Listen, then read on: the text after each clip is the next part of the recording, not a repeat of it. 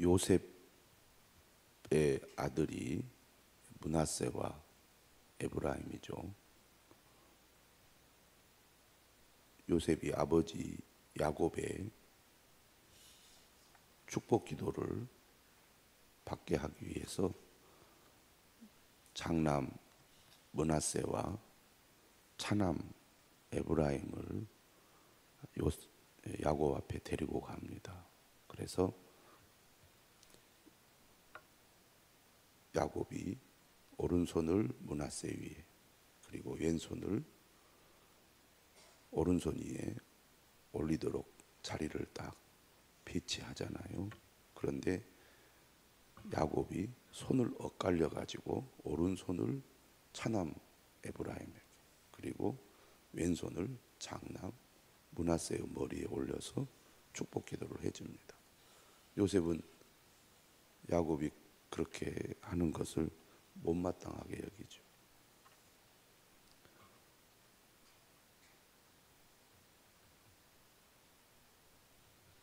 야곱의 자식들이 구사일생 흉년에서 살아나고 번영을 이루기까지 장자의 역할을 요셉이 했습니다.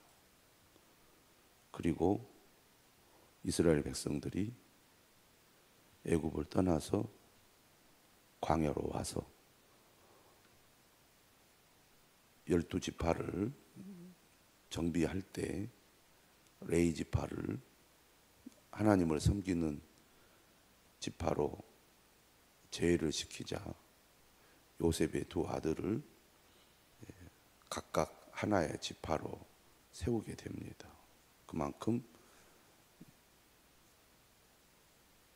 요셉의 그 영향력이 컸다고 볼 수가 있겠습니다. 그 가운데 요셉의 차남인 에브라임이야말로 북이스라엘을 대표하는 지파가 되었습니다. 야곱의 축복에 보면 모세를 이렇게 높여 주거든요. 그러한 영향이 이제 이스라엘 각 지파에 영향을 미쳤다고 볼 수 있겠죠.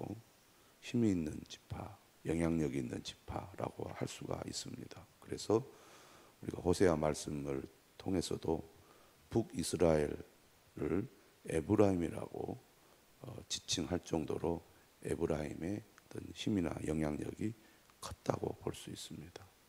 오늘 1절을 보면 에브라임이 말을 하면 사람들이 떨었도다.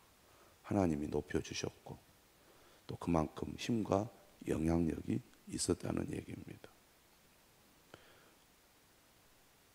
그리고 스스로도 우리가 힘있고 영향력이 있는 지파다, 이렇게 주장을 했습니다. 그가 이스라엘 중에서 자기를 높이더니 사람들도 두려워하고 스스로도 자기를 높였습니다. 그런데 하나님의 은혜로 세움을 받았다면 겸손한 마음으로 계속 하나님을 의지해야 되는데 사람이 그렇지 않은 거죠. 다른 사람들이 우러러보고 스스로도 자신이 우월하다고 생각을 하면 교만해져서 하나님을 멀리하게 되기가 쉽다는 얘기입니다. 에브라임이 어떻게 했습니까? 그가 이스라엘 중에서 자기를 높이더니 바알로 말미암아 범죄함으로 망하였거늘. 교만은 패망의 선봉이죠.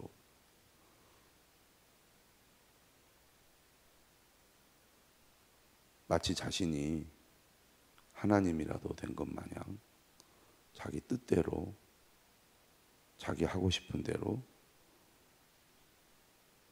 했던 겁니다. 자기의 욕망을 따라 바알을 섬겼기 때문에 결국은 하나님의 진노를 산 거죠.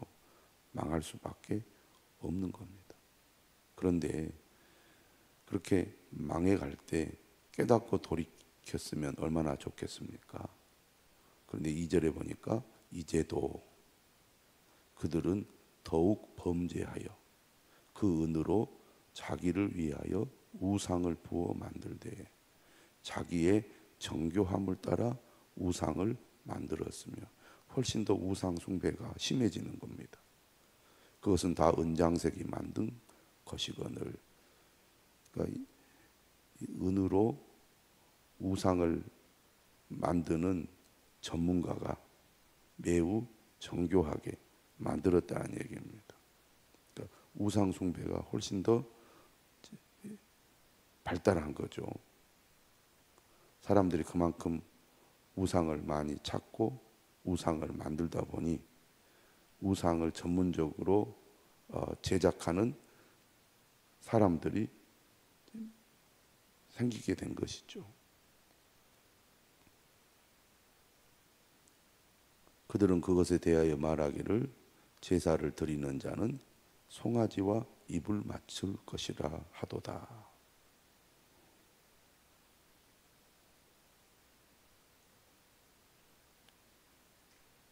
가나안에서 바알을 숭배하는 그 우상이 주로 송아지 우상이 있었습니다.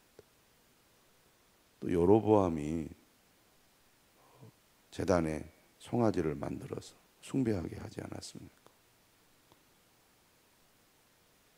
점점 더 우상 숭배의 길로 나아가게 되는 거죠. 오늘날 하나님을 믿으면서도 하나님이 아닌 것을 하나님처럼 섬기거나 하나님이 있어야 할 자리에 하나님보다 더 사랑하고 섬기는 경우들이 많이 있습니다.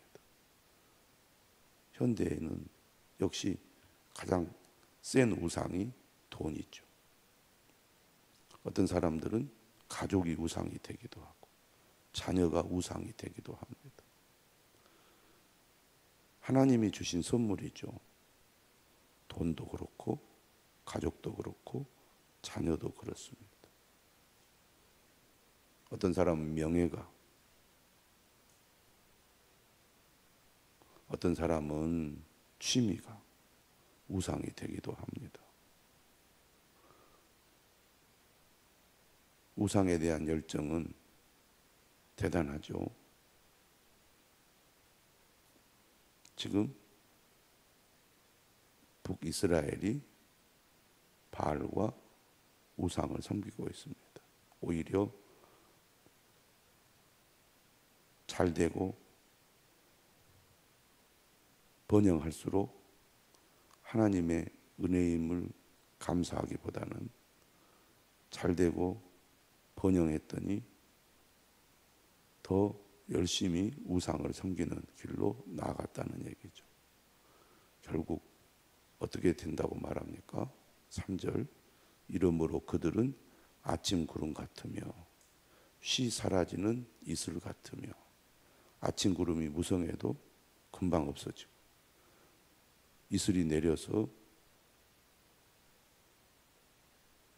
불 위에 촉촉이 내려앉아도 낮이 되면 다 사라지는 것처럼 타작마당에서 광풍에 날리는 쭉정이 같이 굴뚝에서 나가는 연기 같이 사라져 버린다는 것입니다. 있는 순간은 무엇인가 많이 가득 있는 것 같지만 하나님이 심판하시면 그 모든 것이 순식간에 사라진다는 거죠.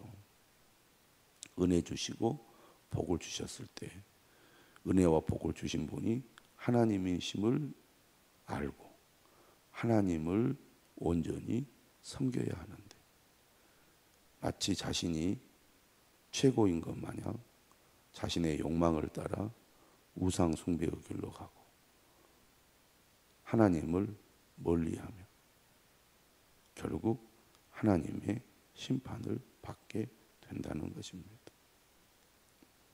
4절입니다. 그러나 애굽 땅에 있을 때부터 나는 내 하나님 여호와라. 나밖에 네가 다른 신을 알지 말 것이라. 나 외에는 구원자가 없느니라. 네가 광야 마른 땅에서 너를 알았거늘 그들이 먹여준 대로 배가 불렀고. 배가 부르니 하나님께서 도저히 스스로의 힘으로 살 수 없는 광야에서 그들을 돌보신 거죠. 애굽 땅에서 고통 가운데 부르짖자 하나님이 그곳에서 구원해 주셨고, 하나님이 어떤 분이신지 알리시면서 하나님과 언약을 맺었습니다. 그리고 하나님께서 그들의 필요를 공급하여 주신 거죠. 문제는 그러한 은혜를 받은 이스라엘이 어떻게 했습니까? 그들의 마음이 교만하여 이로 말미암아 나를 잊었느니라. 하나님이 먹여주셔서 배가 불렀는데 배가 부르고 나니까 마음이 교만해져서 하나님을 잊어버렸다는 겁니다.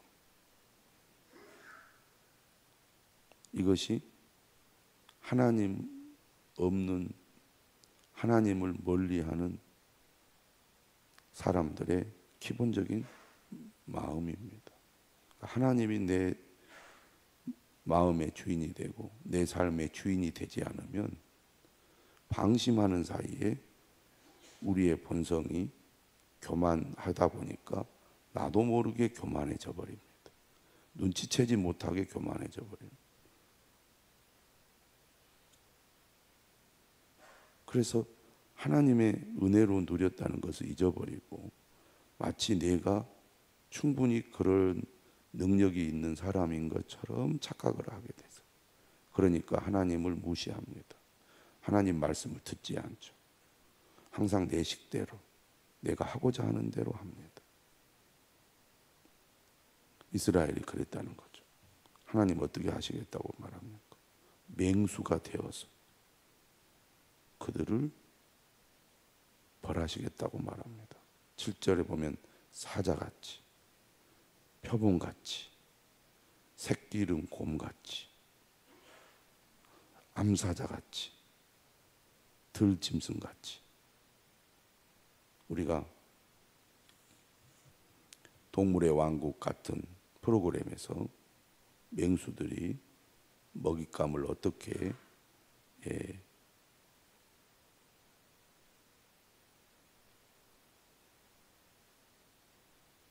갈기갈기 찢어서 먹는 것을 잘 알지 않습니까? 하나님이 그렇게 하시겠다는 거죠. 전쟁이 일어나서 죽임을 당하는 그 현장이 마치 맹수가 먹잇감을 물어서 뜯어가지고 죽이는 것 같은 그런 참혹함을 보여준다는 얘기입니다. 9절이죠. 이스라엘아 네가 패망하였나니 이는 너를 도와주는 나를 대적함이니라. 하나님이 은혜 주시고 하나님이 복을 주셨고 하나님이 어려울 때 도와주셨습니다. 그런데 하나님께서 도와주셨는데 이스라엘을 도와주는 하나님을 대적을 한 거예요. 그럼 어떻게 되겠습니까? 전에 네가 이르기를 내게 왕과 지도자들을 주소서 하였느니라. 네 모든 성읍에서 너를 구원할 자 곧 네 왕이 이제 어디 있으며 네 재판장들이 어디 있느냐. 북이스라엘은 19명의 왕이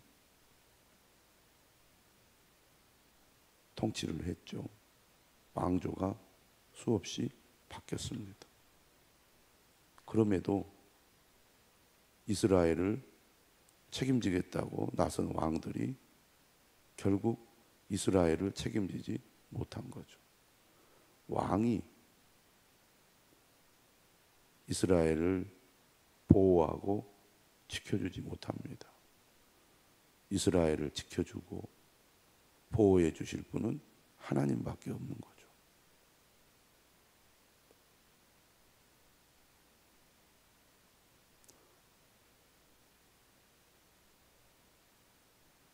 그들은 그들의 욕심을 따라 하나님을 의지하기보다는 사람을 의지해서 왕을 요청했고, 하나님은 그러한 그들의 마음을 알기 때문에 분노하셨죠. 그러나 그들의 요청대로 왕을 주었습니다. 그러나 왕이 하나님을 온전히 의지하지 않고 자신이 마치 하나님이 된 것처럼 자신의 뜻대로 오히려 우상 숭배의 길로 갔고, 결국은 하나님이 그들을 패하고 만 겁니다. 12절이죠. 에브라임의 불의가 봉함되었고 그 죄가 저장되었나니. 하나님은 못 본 채 하시는 분이 아니죠. 불의와 죄가 저장되는 겁니다. 그게 딱 쌓이게 되는 거죠. 결국은 그것이 하나님의 심판의 근거가 되는 겁니다. 해산하는 여인의 어려움이 그에게 임하리라. 그는 지혜 없는 자식이로다. 해산할 때가 되어도 그가 나오지 못하느니라. 얼마나 고통스럽겠습니까? 내가 그들을 수월의 권세에서 속량하며 사망에서 구속하리니. 사망아, 네 재앙이 어디 있느냐? 수월아, 내 멸망이 어디 있느냐? 뉘우침이 내 눈앞에서 숨으리라. 그들은 여전히 죽음의 길로 가고 있습니다. 그가 비록 형제 중에서 결실하나 동풍이 오리니 곧 광야에서 일어나는 여호와의 바람이라. 그의 근원이 마르며 그의 샘이 마르고 그 쌓아둔 바 모든 보배의 그릇이 약탈되리로다. 뜨거운 바람이 이제 동쪽에서 불어오면 그것이 그 모든 것을 다 마르게 하는데, 마치 자연재해가 나타나듯이 하나님의 심판이 임하게 될 거라는 말씀이죠. 사마리아가 그들의 하나님을 배반하였으므로 형벌을 당하여 칼에 엎드러질 것이, 그 어린아이는 붓을 뚜려지며 아이벤 여인은 갈라지리라. 하나님이 은혜 주시고 하나님이 도와주셨는데 오히려 자기를 높이더니 범죄를 했고, 배가 부르게 했더니 마음이 교만하여 하나님을 잊어버렸고, 하나님이 도와주었더니 오히려 하나님을 대적했습니다. 그리고 하나님을 배반했어요. 배은망덕한 행동을 한 거죠. 오늘 우리는 이 말씀을 들으면서 하나님 은혜 주실 때 더욱 하나님을 섬기고, 하나님이 우리를 배부르게 할 때 더욱 겸손한 마음으로 하나님께 감사해야겠습니다. 하나님이 우리를 도와주실 때 그 도움이 하나님께로부터 왔음을 믿고 알고 하나님을 찬양하며 하나님을 온전히 따라야 할 것입니다. 배반하는 자가 아니라